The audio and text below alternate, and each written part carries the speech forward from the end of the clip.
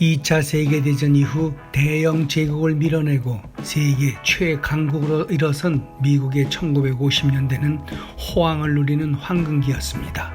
그러다가 1960년대에 들어서 흑인과 여성의 민권운동이 일어나고 존 F 케네디의 암살, 마틴 루터 킹 목사의 저격, 미소 냉전과 베트남 전쟁의 반전운동 등으로 혼란스러워졌습니다. 말하자면 1960년대는 1950년대의 영광을 잃어버린 시대가 된 모양새였습니다. 음악계 또한 예외는 아니어서 로큰롤 스타들이 스캔들이나 징병 혹은 은퇴 등으로 잇따라 무대에서 모습을 감추면서 미국 대중음악이 침체되고 스타 부재의 어두운 시대가 되었습니다. 이런 와중에 1959년 2월 3일 소형 전세기가 아이오와주 호수 근교에 추락해 버디 홀리, 리치 밸런스, J.P. 리처드슨 3명의 음악인들이 사망하는 사고가 발생했습니다.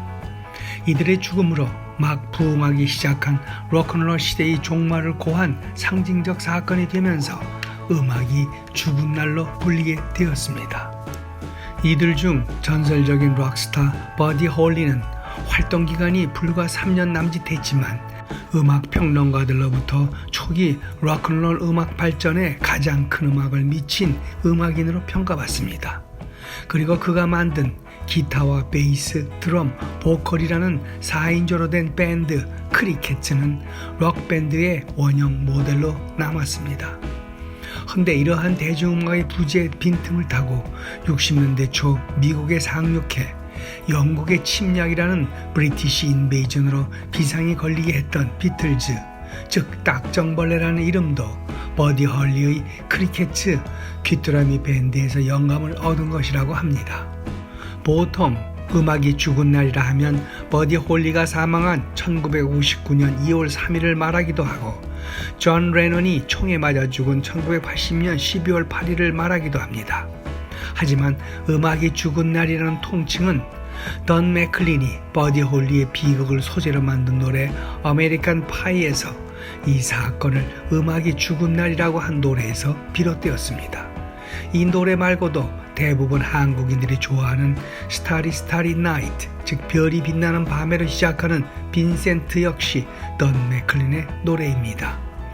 아무튼 아메리칸 파이는 앞서 말한 1960년대의 미국 사회를 잘 은유한 노래로 미의회 도서관이 국가기록물로 지정하기까지 했으며 그의 자필 가사 원본은 2015년 뉴욕 크리스티 경매에서 120만 달러에 팔리기도 했습니다. 미국 최고라는 자존심과 생채기 난 어두운 민낯이 함께 들어있는 노랫말은 미국 문화에 대한 은유와 상징으로 가득합니다. 아주 먼 옛날 그 음악이 어떻게 나를 미소짓게 했는지 나는 아직도 기억할 수 있어요. 그러나 2월은 나를 몸소리치게 만들었죠. 음악이 죽은 그날 The Day the Music Died가 반복되는 노래. 어쩌면 그냥 노래라기보다는 일종의 서사시이며 절규어린 미국의 비가라고나 할까요?